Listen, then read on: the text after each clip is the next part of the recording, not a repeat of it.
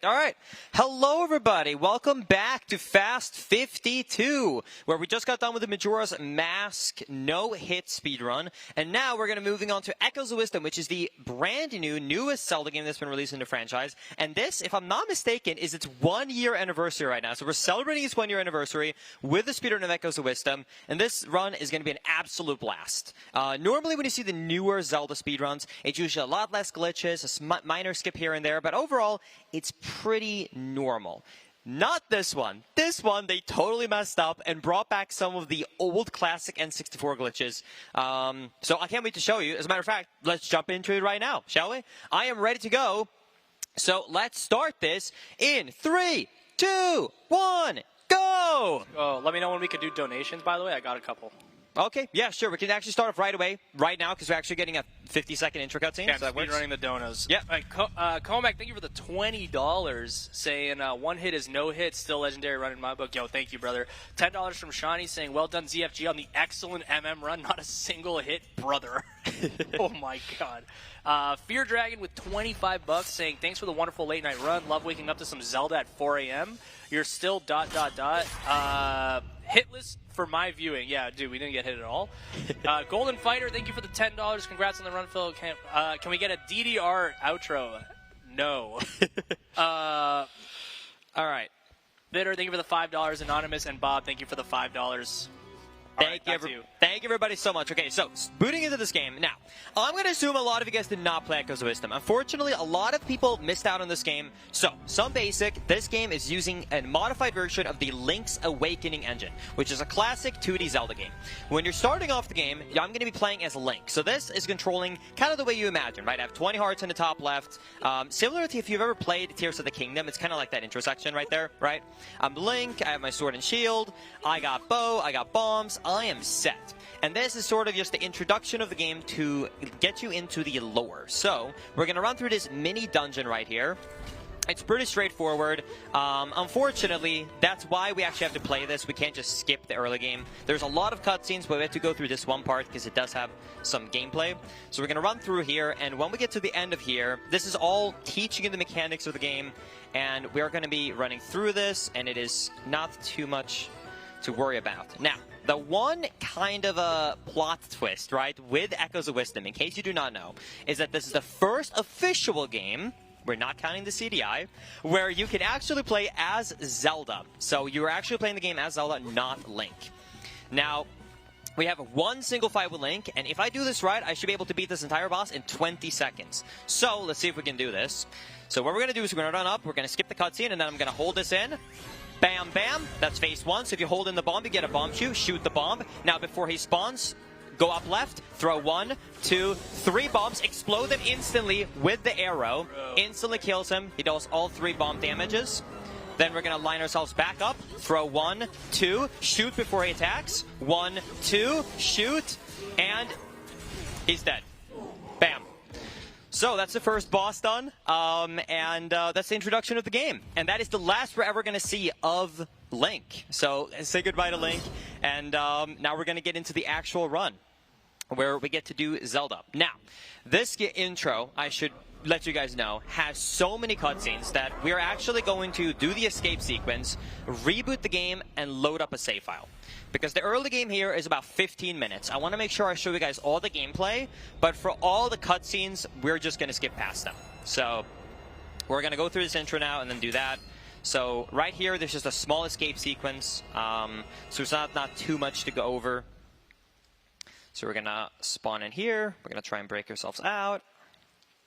Hang on, I'm doing something. Just let me know if you need me. No, all good. Don't worry about it. Yeah, 07 to Link. It was good knowing you. Okay, so we now got control over Zelda, and we're going to go down here. Now, this right here is a little character. Now, you're not going to actually see...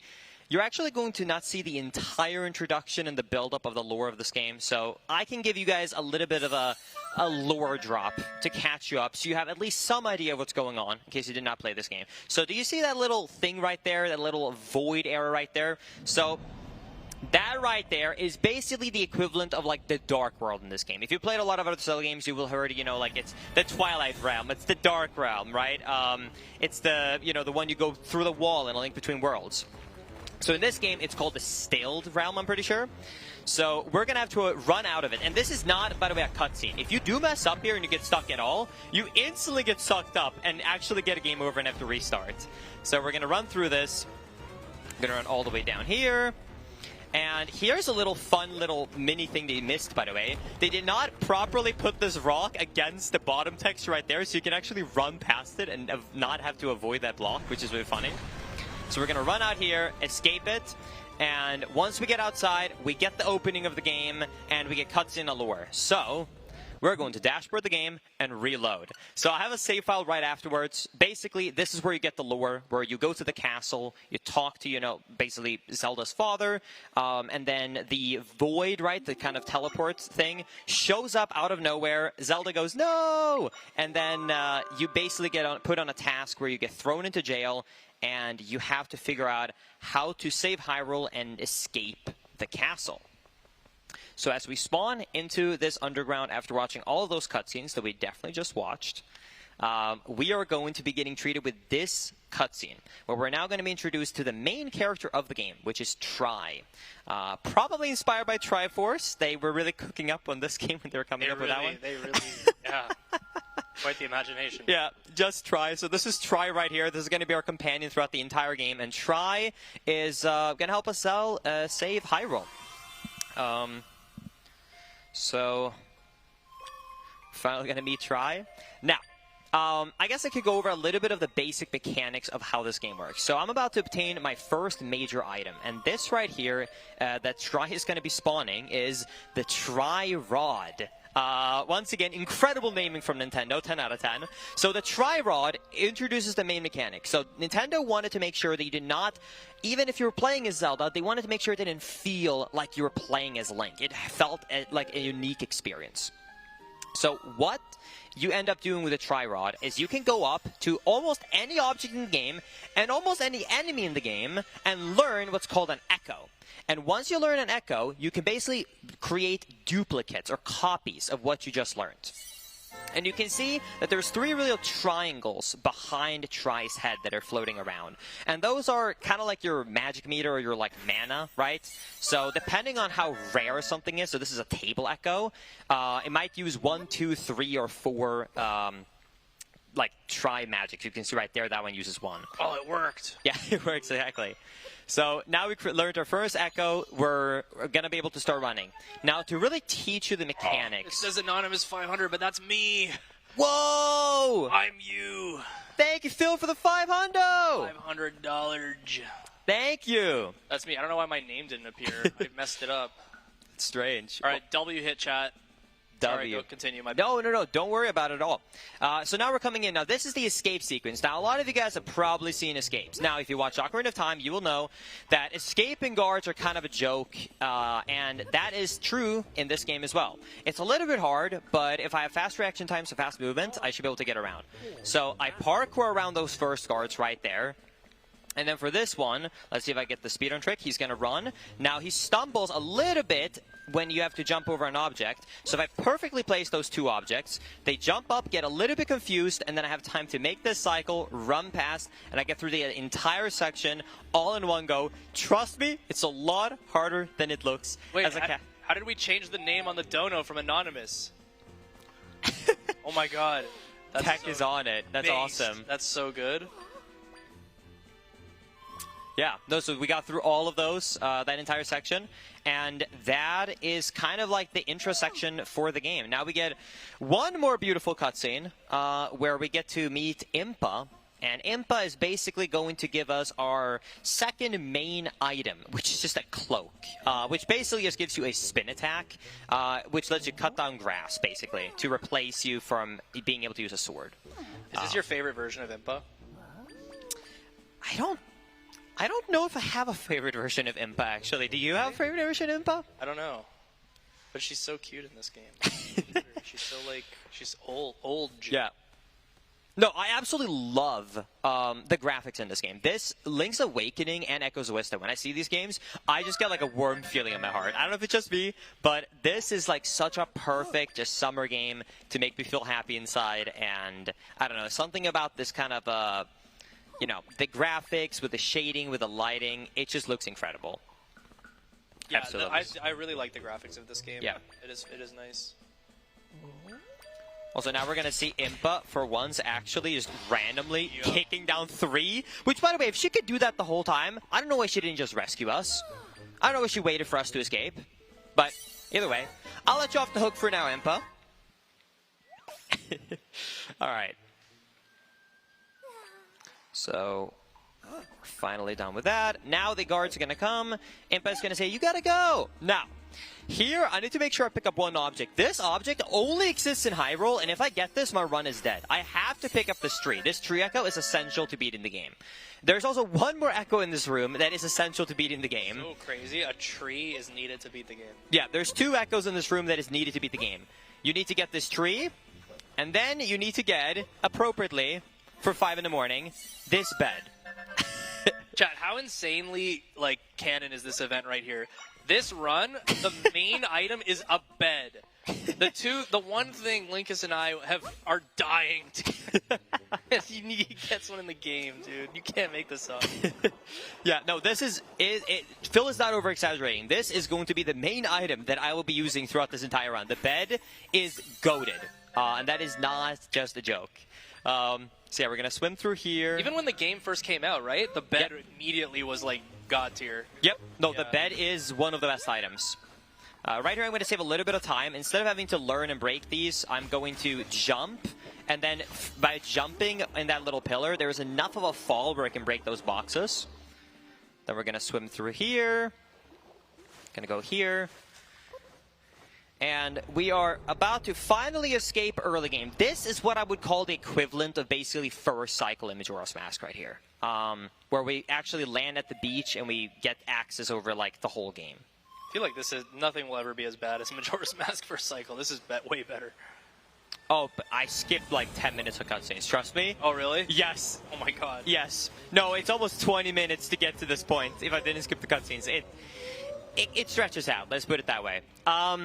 Either way, but yeah, now we spawn at the beach and we get access. Now, this is not only the first gameplay of Zelda. It's the first time where Nintendo, I'm sure you've noticed if you looked at any Nintendo games during the Switch 2 generation, they are obsessed with open world games. I have no idea why, but they're just obsessed with it. So, this game, also sort of open world. They're trying to do an open world 2D Zelda with this.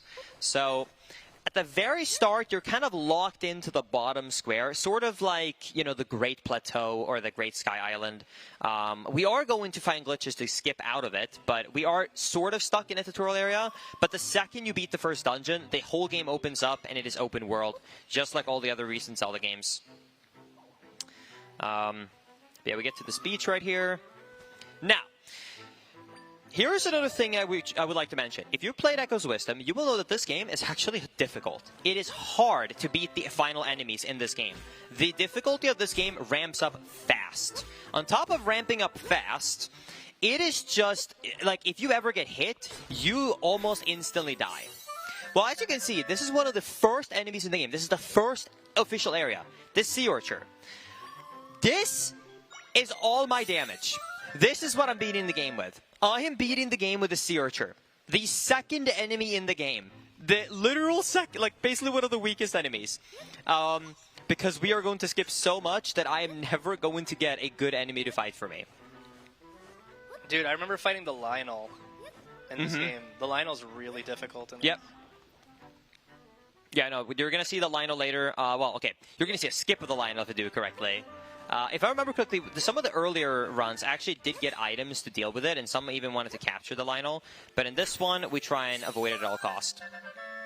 So now we're in the first village. I'm going to learn this trampoline, and then this sign. Now, this sign right here, if I had to put like the most important items in the game, I would say the bed and then this sign. This sign is what's going to be used for rung warping later, which is the main glitch that lets us skip through the game. So we finally got all of the echoes. There is only one echo left in the entire run that we need to get. And once again, if you play this game, if you haven't, please do so. It's such a great game. But if you have played this game, you know there are so many echoes, and this game is so long. So the idea of only picking up these echoes is absolutely nuts. Also, yes, if you parkour with the beds, you can just kind of climb on top of the these little trees right here and just spin your way to this ending section of the intro area and skip a bunch of enemies and a bunch of kind of paths the game intends you to take. Now, there's not really much else to explain on this section right here because I just have to run to 2 more cutscenes. So, do we have any donations, Phil? Yeah, we have a bunch. You want me to read some? Yeah. Okay, we got J-Bog with $5 saying, hi all, and let the good games keep rolling. Bray, thank you for the $10. I'm just a man with 62 with the $10 saying I'm currently about 12 hours behind the live stream, but loving it all. Bro, you just gotta refresh, man. $10 from Ma saying, good luck, Linkus. Sorry, typo. I couldn't even read that one. It was bad. $10 from Freya saying, good morning, great job, guys. Good morning. Bob with $5 saying, much appreciation to Lud and all the speedrunners for putting on fun events. Anonymous, $5. Fid, thank you for the $5. Looking forward to Squeaks' rapping career. Can't wait. Yo, Golden Fighter, thank you for the $10 saying, congrats on the run, Phil. Can we get a DD? Oh, yeah, I said that one already. No. And I think we're caught up. Beautiful. Perfect. Thank you, Phil. All right, so now we're coming up in the first still world. Now this right here, like I said, I kind of skipped over the kind of tutorial paths, and this is where you're supposed to learn how to fight enemies with echoes, because that's the whole idea, right, is you don't really get a sword as Zelda. Now there's one caveat to that, and we're not actually going to obtain that in this game, so I'm just going to mention it. So there's 2 ways Nintendo made sure you could fight enemies in this game. Number 1 is echoes. The second one is that in the first dungeon, at the end, you will fight sort of a ghost version of Link. Imagine kind of like a blue, spirit Link. And once you beat him, you will get an ability where you can turn into the spirit of Link, basically, for a temporary amount of time. So you can have a very temporary short amount of time where you can turn in as Link. And that was just kind of as a little caveat in case you don't want to use echoes for some things. Now, that's required to beat the game. We're not going to get that. Also, yeah, you can, by the way, jump on top of her head right there and just place a bed. As you can see, you can skip pretty much all of these sections with the bed. Insane, man. Yeah. But yeah, we're going to skip that too. So we're going to have to do a lot of workarounds to get around this. So we're now coming up. This is one of the main characters we're supposed to save. If you complete the first dungeon, this entire still world basically goes away, it goes back to normal, and that's kind of the objective, right? Go to a bunch of different spots around the map, complete all the still worlds, restore it to normal, and then the final one, obviously, is Hyrule Castle. But now we're in the first dungeon, Southern Ruins. Now, the only reason we actually have to come here is for this rock right here. Because there is one ability that Tri hasn't told us yet about the rod, and you cannot use it, even though you have the rod, until you talk to this Oh, really? It just activates the ability? And it activates this ability where you can move things. Because before, we could only spawn things. Oh, wow. Now we can move things. While we're here anyways, I'm going to get one more thing, and this right here is a convenient thing, and it makes the run a lot more safe, and it's only 20 seconds out of the way. I still do it in my PB run even. It's this skull here. 1, 2, 3, 4, 5, 6, 7. And see? Bed kills the bug. So this right here is the spider. This spider is going to be really nice for it makes the webs that you can climb. Yep, exactly. Yep. You're going to see later why we really need that. It's super cool. Nice. Yeah, I remember when I did my first playthrough, I didn't know you could get an item off that enemy. Yeah. It's not very it's kind of obscure that you could kill the spider. Mm-hmm. No, for sure. Now, right here, do any of you guys at home like tower defense? Because if you do, you're going to love this speedrun. So, basically, right now, I have all the stuff that I want. But I'm stuck in tutorial area. I cannot leave this area until I beat this dungeon. And beating this dungeon is slow.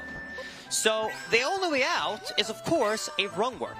Now, rung warping in this game is quite complicated, but the first thing you need to know about rung warping in this game is that it requires you to be able to void out. But this is the tutorial area. There's nowhere you can void out. It's supposed to be safe. Well, that's where tower comes in. Because if you build yourself tall enough, then you can reach the void out trigger at the top of the map. So we are going to be building, and I have to build very carefully here in a very precise way, because once again, I only have 3 of these. Single item, right? Yeah. And normally, if you've ever tried to build up, you will know that with 3, you usually don't have a lot of wiggle room. But with this crazy build, I can build up. Now, right here, I've built up my way enough where, I have to pause for a second, if I walk to the right, I will automatically void out, because to the right in the middle of this tree is so high enough where I will void out. You can see the screen is almost entirely white. So what I have to do is I have to walk into this white void and press A at the same exact time. If I do, I have 1 frame to open the menu. And if we don't, we get to build a tower again. So, let's see if I can do this. Missed the frame window. We get to build again.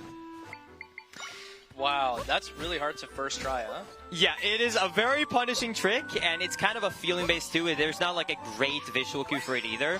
Also, if you're wondering why I'm jumping right there and placing the rock like that, fun fact, this is such a precise build, where if you look at the boulder right now, Phil, do you see how when I place this boulder right here, it kind of snaps like that?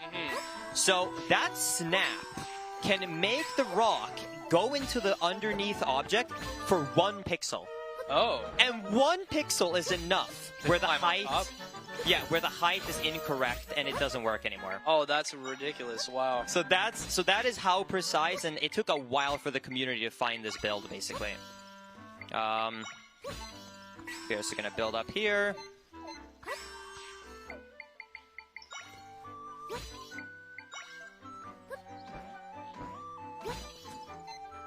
Break this.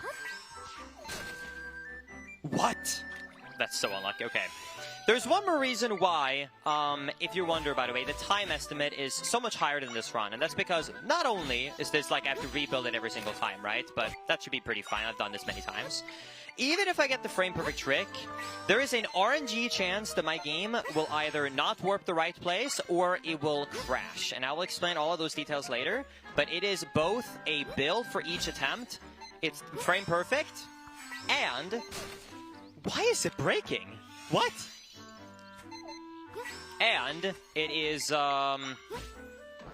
RNG, so it's a lot of fun. What's your PB? You can tell me after you do this. What is it, like 42? I'm not... You're putting me on the spot right now. I'm kind of brain farting. Maisie with $25. Hi, Linkus. I woke up for your run. I'm your biggest fan. Good luck. Thank you, Maisie. Okay, here we go. Let's see if we can get this.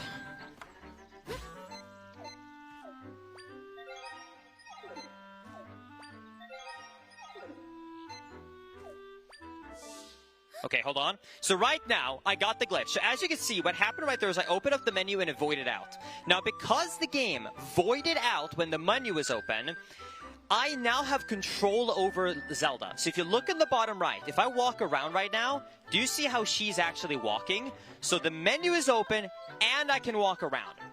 So here is what we're going to do now. Chat, W first try, by the way. Yeah, exactly. I'm going to hold D-pad right to force this menu to stay open. I'm going to press A to choose this warp.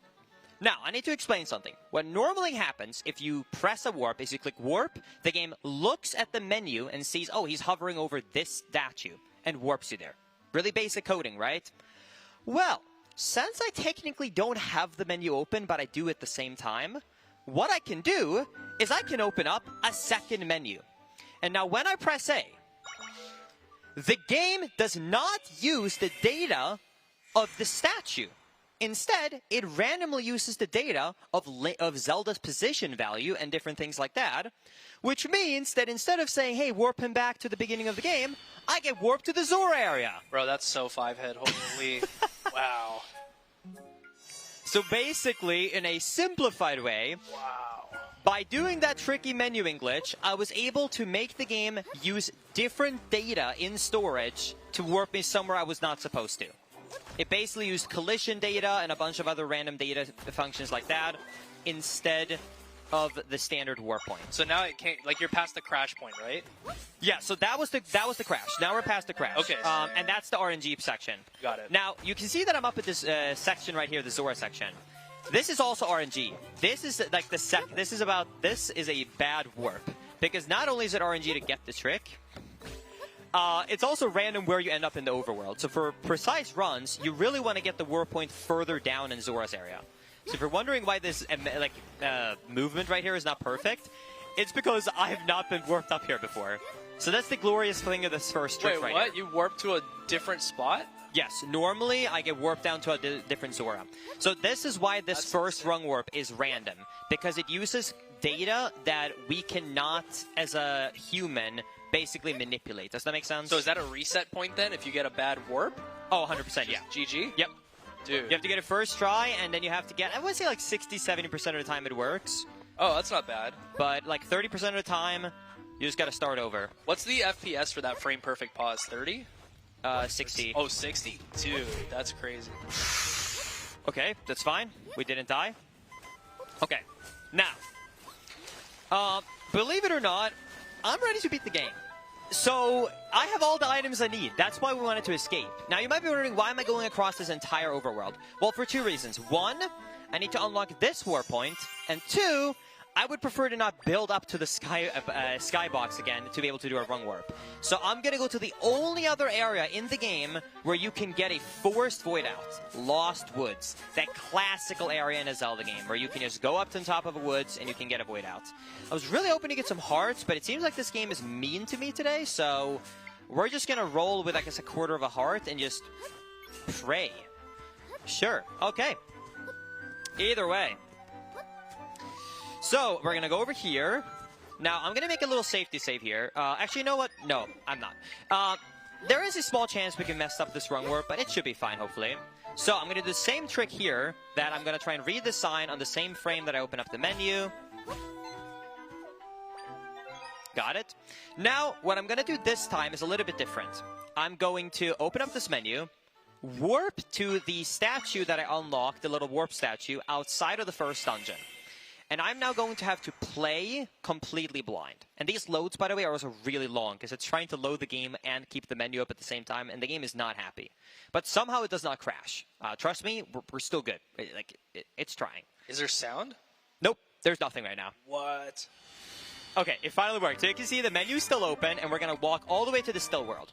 Now, if you've been paying attention, you remember how I mentioned that how the rung warp worked, right? I basically tricked the game into using different data, right? So instead of the standard warp, I used a bunch of random scattered data about like Zelda's position and all that sort of stuff. Well, to rung warp to one area, I would need to somehow find a setup, and that's what we're going to do now. So what I'm going to do is I'm going to select specifically this warp that I chose right here. This warp right here outside of the church. Now, if I just pressed A, it would warp into the church. Well, here's where the trick comes in. The overworld and the still world has two different sheets of what each value means for the warps. So if I time this correctly and I press D-pad right, and while it's changing to the still world, I press A to warp, what it will take is it will take the warp value of Graveyard, but apply that value to the still world, which happens to point you to the final dungeon of the game, halfway through the final dungeon, Noel's body, and we're now at the end of the game. That's it. What? Dude. 10 head, man. Yeah. Honestly, that's unbelievable. Also, I really hope you guys have been taking notes, by the way. I'm going full tutorial mode here because there's going to be a test later. And yeah, like, please, do not miss it, okay? I won't take any excuses. Anyways, right here, I might actually die a couple of times because I'm at a quarter of a heart, and I mean it when I say that that is so bad. So there's a very good chance we're going to game over here, but that's fine. It's a quick warp. One thing that's good about this game is that it is very generous with its autosaves. Now, do you see a Link right here? Link's AI sucks, and he's supposed to be a little bit of a helper.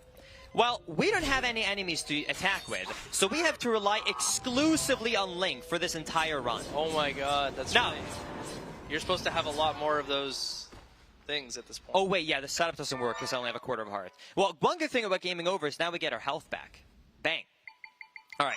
Intended death? Exactly, that was intended death so we could refill our hearts. Okay, so I'm going to go over here. So like I said, we have to both get a little bit lucky with the RNG, but also we have to get lucky with Link so that he's not Pepega. Ooh. Okay, so So let's see here. Come on, Link. Okay, so they're gonna try and hit me, and I have to try and stay. So you see how this ball is trying to hit me right there? Bam, and then I have to stand right here. This is the Lionel, but if I stand perfectly, damn it! I think we're gonna have to restart.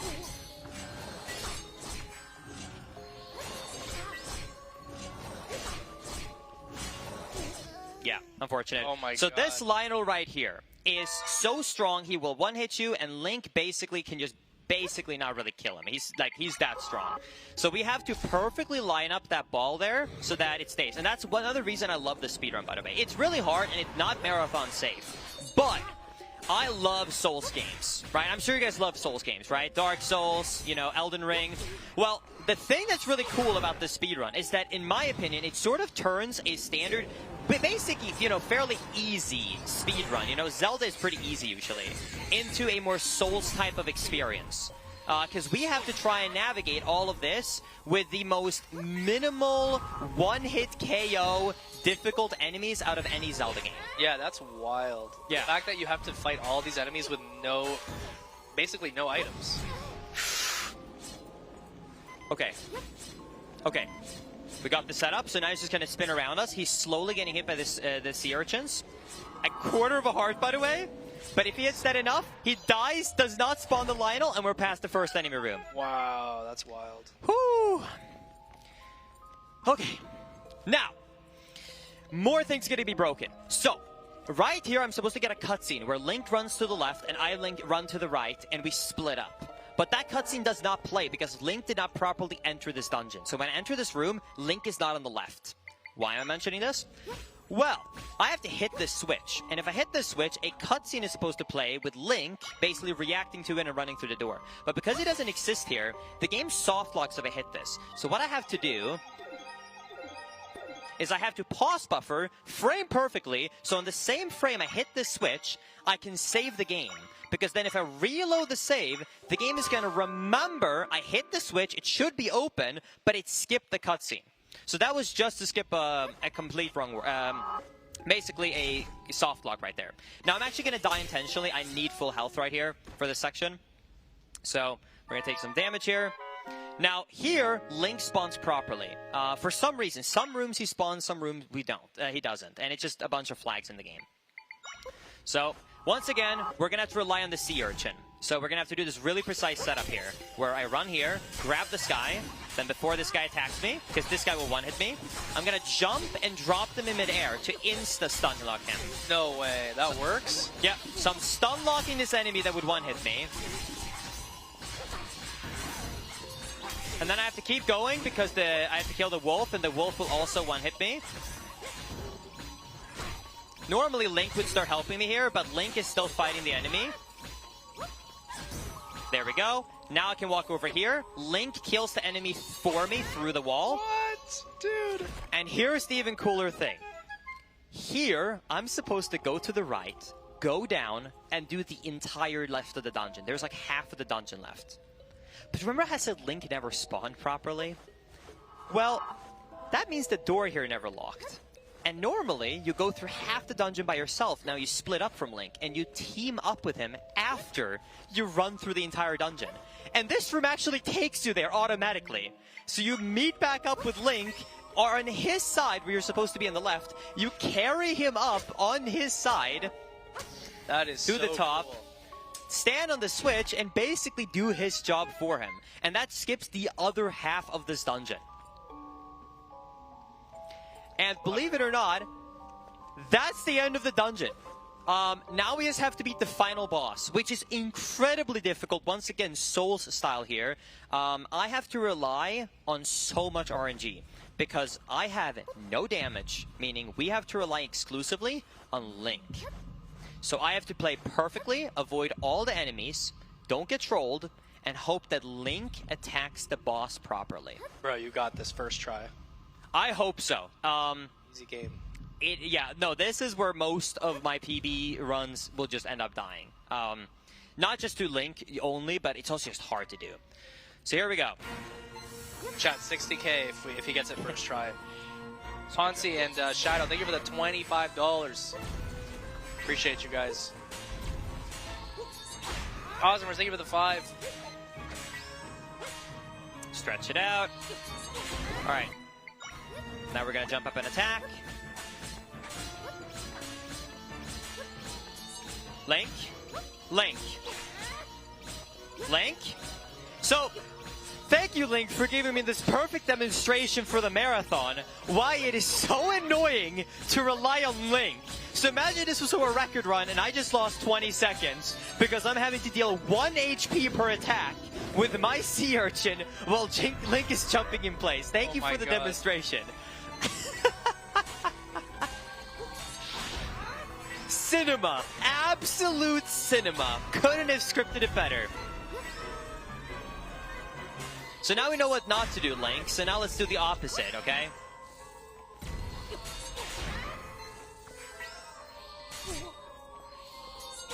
So yeah, these arms, if you get hit, they do deal 2 hearts, meaning you can barely survive. But a lot of the attacks throughout this will deal 3 hearts, so they will one-hit you. Please, Link.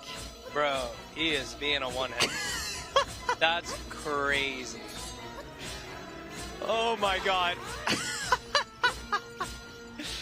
What a perfect demonstration for a marathon. Thank you, Link.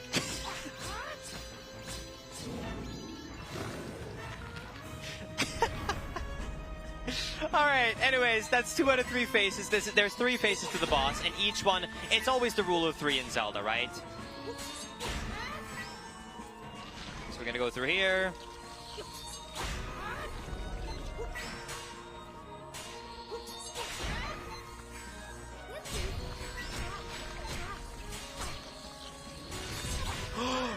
Oh my god.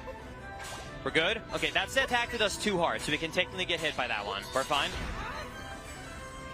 $100 for Bobby. Marie Palestine, thank you so much. Thank you so much for the 100. That's insane. Very generous. Oh my god, Link is actually attacking? No way. Link with a clutch. Cinema. It only took 3 tries. 3rd tries to charge. Dude, so first try boss? No. That's phase 1 out of 2. 1 out of 3. Oh, now, that's right. phase 2 is the swimming phase. Now, a lot of people hated this phase. Well, what if I were to tell you that after speedrunners really dove into it, we realized that we were wasting a lot of time. So for 2 things. 1, these enemies, they're part of the background. You can just go through them. Second of all, normally, you're supposed to attack these arms and he will slow down. He will stop spawning enemies. Yeah. So you keep like going in and out of like basically the Link stage, destroy the arms, in and out, in and out, in and out. Well, apparently, how Nintendo made this this like boss fight is that destroying the arms doesn't actually deal damage to him. This is an actual auto-scroller disguised as a moving boss fight. Now you might be Linkus, that can't be true, right? Like, I mean, I fought him, I attacked him, and that's how it worked. Like, you're bullshitting. Like, I attacked him, I know that it was helping. Well, you remember how my Sea Urchin deals 1 damage? Well, when he gets into the final room, I'm gonna hit him once, and that's it. Because all it checks for is you deal 1 damage when he gets to the end of the room. No way. And that ends it. And the whole time you think that it's like... You're actually fighting him. Fighting him, yeah. Now I'm coming into the hardest part. I'm going to have to lock in here. So this is really hard. So not only is this hard, it's really easy to die. There's so many enemies that spawn. But Link's AI is the main thing. He needs to quick spin. If he quick spins, we can get 2 cycles here. If he doesn't quick spin, we get 3 cycles, which is really bad. So right now, for example, oh my god, they're missing. Please, Link. Okay, so for this first one, it's kind of fine, because they're bad enemies. Now, there's enemies that can spawn on these phases later, that can shoot spider webs, which is casual, no problem. You just drop a fire enemy, and then it burns them. I don't have any fire, so if I get that, I'm probably dead, or I lose a lot of time. Link? Okay. The targeting in this game is also a little bit janky. Okay, so gonna grab all the arms, beautiful, and now we gotta lock in. Now, this is the reason we got the spider coming up. So the spider can be used to help distract some of these enemies, which are very difficult to manage. So that's the second reason we got the spider. So I'm gonna have to be ready here. So I'm gonna take out the spider, and this is the hard part. This is the easiest part to die on. Drop the spider. Link. Link. Okay, 2 arms. That's good. He locked in. Come on, Link. Come on, Link. Come on, Link. Come on, Link. Yes. Beautiful. Ooh. He's doing it, Chad. He's going to do a first try. No. What? Link? Oh my god. Okay, that's fine. Bro. This is killing me. No. Chad, how is he not dead yet? This is nuts. There's a lot of practice that goes into this. It's okay, so come on. Come on, Link. Come on. Load up a spin attack. Spin attack. Yes! Okay. 2 cycle in this.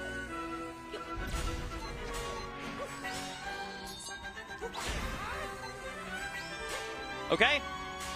Now for the hardest part coming up, Chad. Now is when we're getting the hardest mid-fight bosses and the hardest enemies in between are spawning in. Bro, Linkus is him, dude. Here we go. Come on.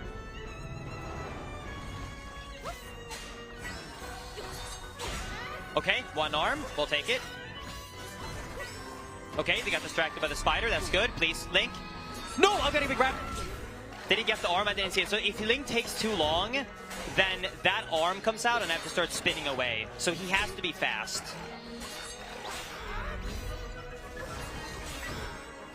Wait. Okay, here we go. Link.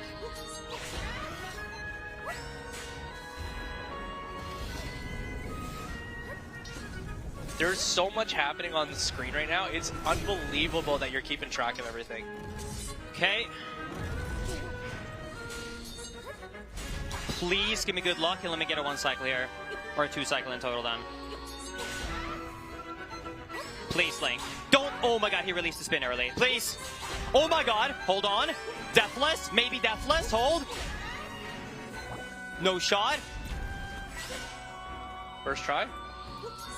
No way. Okay. Time is coming up in about 30 seconds. We actually got through deathless. That's crazy. Yo. Dude. 60K, Chad. Oh my, I promise you that is a lot harder than it looks. It is really hard. Looks really hard, dude. It doesn't look harder than it actually is. Okay. Oh my goodness, I can't believe we got that in the marathon. Okay, we're just gonna spam A, and then once the Triforce comes out of the body, it's time. So hold, hold, hold, and time! 41-43, bro. What a run! Wow, that was insane. Woo! Very impressive, dude. GG, that was faster than all my practice runs this past week. Dude, marathon luck. Oh my goodness. Way to go, man. That was awesome. Well, you absolutely crushed that. I was about as perfect as it went, honestly, except for the second try tower build. That literally was a perfect run. So yeah, that's awesome. I'm speechless. Thank you guys so much for watching. I hope you guys enjoyed that run. I hope that you all enjoyed. I hope that my commentary was somewhat understandable and that you got a little bit more of an insight into what actually goes into speedrunning these sort of games. I love diving into the technical side, understanding how things work, and I like to try and simplify a little bit and explain things as I go along and speedrun these games. It's my specialty, so I hope you enjoyed. So thank you guys so much for watching this run at Fast52. Thank you, Phil, for staying up and watching this run. Thank you, Ludwig, for having me. Thank you, everybody who stayed awake and everybody waking up in Europe. Incredible run.